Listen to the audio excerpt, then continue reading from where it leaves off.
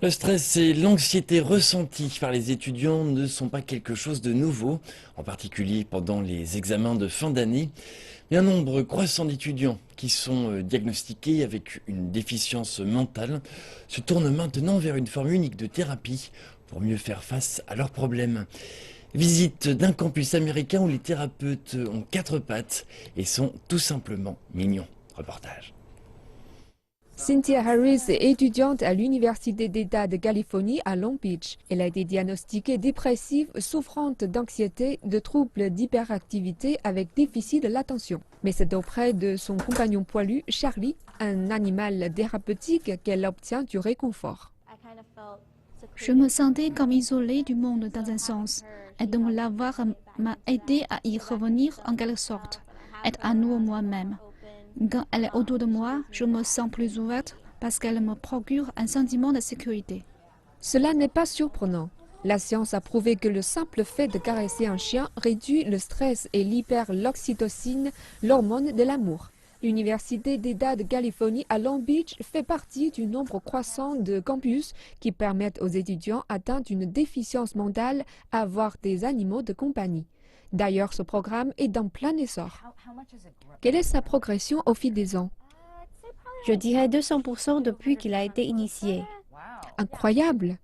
C'est Rachel McGraves qui pilote le département et le programme des animaux thérapeutiques. Elle souligne que contrairement aux animaux d'assistance qui, eux, sont formés pendant des années pour aider les personnes ayant des troubles psychiatriques ou physiques graves, les animaux thérapeutiques n'ont pas besoin de formation, mais une recommandation médicale est nécessaire. Il faut être diagnostiqué. En général, c'est un problème de santé mentale comme l'anxiété ou la dépression lors de troubles de stress post-traumatique. Votre médecin ou le professionnel de santé mentale peut alors imaginer qu'un animal serait capable d'aider à remédier aux symptômes qui accompagnent ce diagnostic. Mais la légitimité est parfois remise en question en ce qui concerne les animaux thérapeutiques sur le campus. Certains élèves essaient de tirer parti du système et font de fausses déclarations qui peuvent ainsi porter atteinte à l'objectif premier du programme.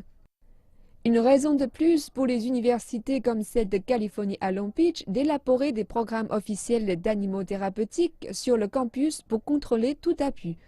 Ainsi, les étudiants comme Jessica Rother, qui luttent contre l'anxiété, pourront continuer à compter sur leurs fidèles compagnons. Je pense qu'il est vraiment aisé aux personnes de l'extérieur de porter un jugement. En fin de compte, les gens ne peuvent pas se rendre compte des difficultés que vous rencontrez et ce à quoi vous faites face. Ou si un animal thérapeutique est quelque chose qui vous sert et qui vous permet de vivre au quotidien, c'est ce qui se passe vraiment. Avec une Dell Frimousse, Nala aiderait probablement à peu près tout le monde à vivre une journée difficile.